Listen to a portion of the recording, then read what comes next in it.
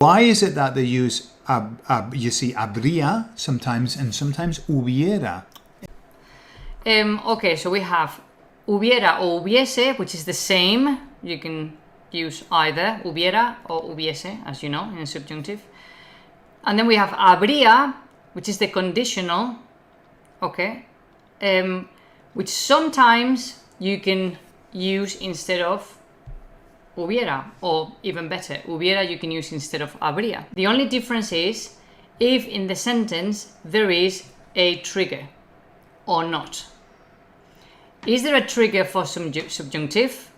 If there is a trigger for subjunctive, then you can't use habría in that part of the sentence. Then you would use it, for example, in another one.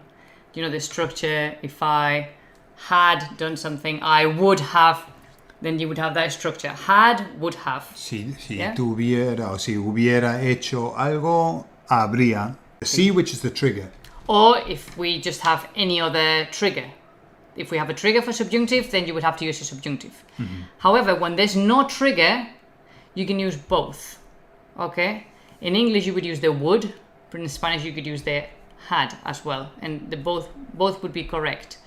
If it's difficult, then just opt for habría, because it would be the most natural for you. Yeah. And it's the one I recommend.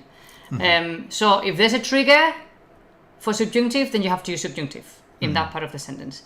If there's a sentence, you know, full stop, just one sentence with no trigger, then you could use either.